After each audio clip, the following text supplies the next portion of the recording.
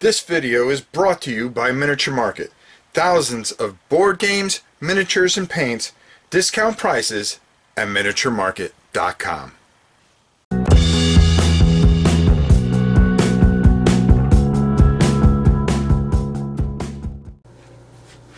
Hi everybody, welcome to War and Pieces. Well, there's an old saying, before you can go forward, sometimes you have to go backwards a bit. And that's exactly what we're going to do this week. This was suggested by the mighty Sue Park, of course. And to take a look at some of the older games instead of all the newer games.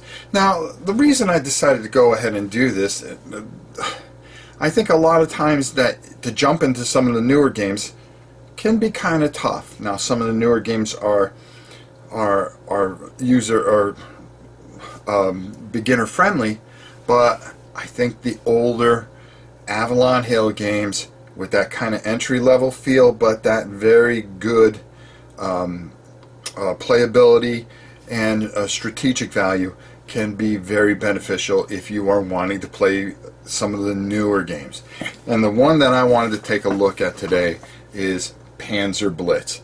An old favorite of mine, probably one of the first games I ever got. This is just a tremendous game. There's only one thing to do. Let's just take a quick look at it on the table, and you'll see how basic it is, but don't be fooled by that. There's a lot of game in this little box. So here you see some of the contents inside the box. I just want to kind of show you things. You get the Panzer Blitz rules of play, which are not an extensive rule book. As you can see, it is just pretty much one sheet and pretty much explains everything and identifies each and every counter, which of course is just awesome. Let's just move that aside. You have your introductory game, which they teach you how to play this all in making your own situations, which they call Situation 13. Here is the campaign analysis and designer notes. Really just breaks a lot of things down, and here are it talks about all the different campaigns you get. Now the campaigns are actually on cards, so as you can see here, everything, it tells you everything that you're going to need for the as far as the Russians and the Germans, and you hit your 10 marker and how the map is going to be configured. And as you see, these maps are very simple, but for the day, I mean, they were very nice, without a doubt. And you have your whole bunch of different scenarios and stuff like that. And as you can see, I have all my chits all in a pile here. And of course, there is one die that actually comes with the game, but I think I took it out because I hated that die. It never did me right, so we always would replace it. On the actual box itself, there is, as you can see, it gives you a quick reference sheet. So actually, all you're doing is putting this over here like so, and then it falls into the cover slit as it is. This is a pretty old copy, by the way. I think I have 3 copies of this. The maps, again, like I said, they are folded so you can fit them into a thing, but a very good streamlined game, and just a great beginner game because it teaches you so many different things, and it's one of my favorite games of all time. So here we had a good look at Panzer Blitz, so let's go up top and get my final thoughts on Panzer Blitz.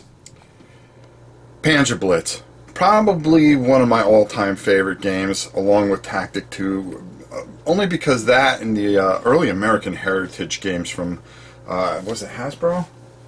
No, Milton Bradley. I had a look. Were some of my first experiences into wargaming. This is a classic, well put together, well played, and just one of my all-time favorites. The thing about this is you can find this online from anywhere from $5 to $25. So if you're looking to get into war games, I really think Panzer Blitz, and in a couple of weeks we'll take a look at Panzer Leader, which is another spin-off of it, is a really good game to start. Now they have an upgraded version of it's called Panzer, but I'm very sentimental to this. I love the new Panzer and everything that comes with it, but I think sometimes just looking at a game for its very clear and clean and cut rules is really good. So if I had to rate this, due to how I feel about it, and of course the great gameplay and how much I miss Avalon Hill, I will definitely give this, I'd give it a 4 out of 5. It just has a lot of meaning to me. Great game. If you can find it, I suggest you get it. These bookcase games are masterpieces. Until next time, I'm Rob Warren, and we'll see you again on War and Pieces.